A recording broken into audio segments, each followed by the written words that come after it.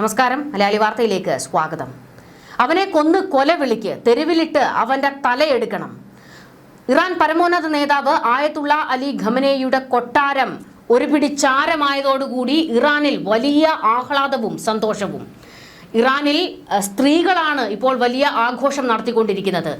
ഈ ആക്രമണത്തോടുകൂടി ഇസ്രയേലും അമേരിക്കയും ചേർന്ന് ആയത്തുള്ള അലി ഖമനേയിയെ തീർത്തു കെട്ടണം എന്നാണ് ഈ സ്ത്രീകൾ ഒരേ സ്വരത്തിൽ പറഞ്ഞുകൊണ്ടിരിക്കുന്നത്. നമുക്കറിയാം, ഇറാനിലെ മതഭരണകൂടത്തിനെതിരെ അവിടുത്തെ സ്ത്രീകളും വലിയൊരു ജനവിഭാഗവും തെരുവിലിറങ്ങി പ്രതിഷേധത്തിലായിരുന്നു. അവിടെ ആഭ്യന്തര കലാപം നടന്നുകൊണ്ടിരിക്കുകയായിരുന്നു.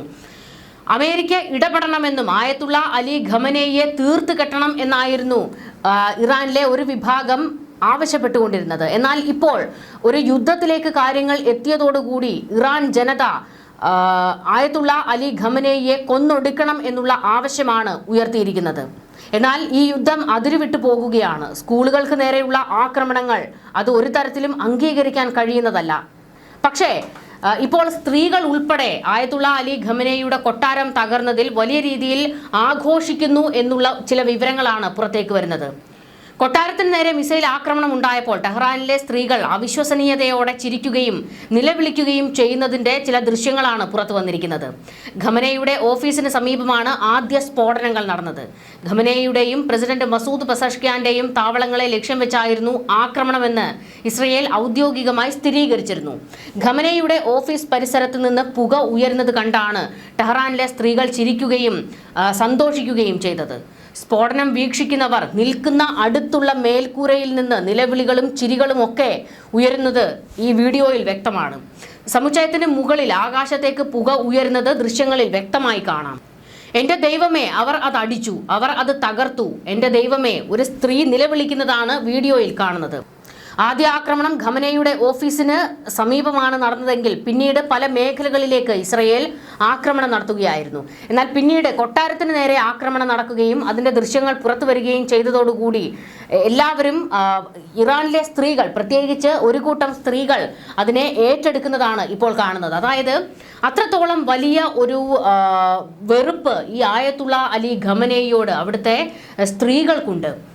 അത്രത്തോളം അരാജകത്വമായിരുന്നു ആ നാട്ടിൽ അവിടുത്തെ സ്ത്രീകൾ അനുഭവിച്ചു കൊണ്ടിരുന്നത്. ഒരു മതഭരണകൂടത്തിന് കീഴിൽ അവർ പുഴുക്കളെ പോലെ ജീവിച്ചു എന്ന് വേണം പറയാൻ. കാരണം ഒരു മുടി പുറത്തു കണ്ടതിനാണ് മഹ്സ അമിനി എന്ന പെൺകുട്ടിയെ, യുവതിയെ ഭരണകൂടം അതിക്രൂരമായി കൊലപ്പെടുത്തിയത്. പിന്നെ നമ്മൾ കണ്ടതാണ് രാജ്യത്ത് നടന്ന പ്രതിഷേധം.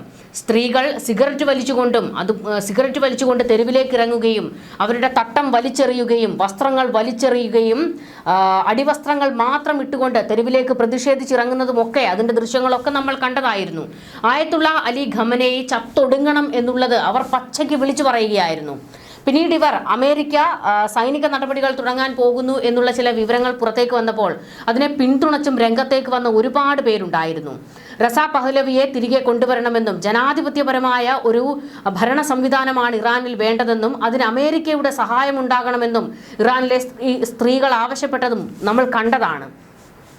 ഇത് മാത്രമല്ല, റസാ പഹ്ലവി, അതായത് ഇറാനിലെ പഹ്ലവി ഭരണകൂടം മുൻപുണ്ടായിരുന്ന അവരെയൊക്കെ അടിച്ചോടിച്ചിട്ടാണ് ഖമനേയി കൂട്ടർ അധികാരം പിടിക്കുന്നത്. റസാ പഹ്ലവി അഭയം പ്രാപിച്ചിരിക്കുന്നത് അമേരിക്കയിലാണ്. റസാ പഹ്ലവി ട്രംപിനോട് വ്യക്തമാക്കുകയും ചെയ്തിരുന്നു, ഞാൻ ഇറാൻ ഭരിക്കാൻ തയ്യാറാണ്, പക്ഷേ അവിടെ അതിന് അനുകൂലമായ ഒരു അന്തരീക്ഷം അമേരിക്ക ഉണ്ടാക്കി തരണമെന്ന്. പിന്നീട് നമ്മൾ അമേരിക്ക വെല്ലുവിളി നടത്തുന്നത് നമ്മൾ കണ്ടതാണ്. മതഭരണകൂടത്തെ തുടച്ചു മാറ്റി അവിടെ ഒരു ജനാധിപത്യ ഭരണകൂടത്തെ കൊണ്ടുവരും എന്നൊക്കെയായിരുന്നു ഈ പറയുന്ന ഡൊണാൾഡ് ട്രംപ് വെല്ലുവിളികൾ നിരന്തരം നടത്തിക്കൊണ്ടിരുന്നത്. ഇപ്പോൾ അമേരിക്ക തുനിഞ്ഞിറങ്ങിയിരിക്കുന്നതും അതിന് തന്നെയാണ്.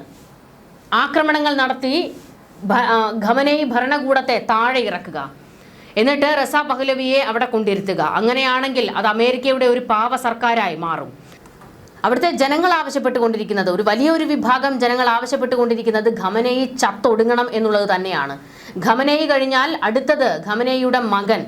ഇങ്ങനെ ഈ ഭരണം മുൻപോട്ട് പോകുമെന്നും ഈ രാജ്യത്ത് ജനങ്ങൾക്ക് സ്വാതന്ത്ര്യം ഉണ്ടാകില്ല എന്നും അവിടുത്തെ ജനങ്ങൾ വലിയ പ്രതിഷേധം നടത്തിക്കൊണ്ടിരിക്കുകയാണ്. അതിനിടയിലാണ് ഇപ്പോൾ വലിയൊരു യുദ്ധം പൊട്ടിപ്പുറപ്പെട്ടിരിക്കുന്നത്.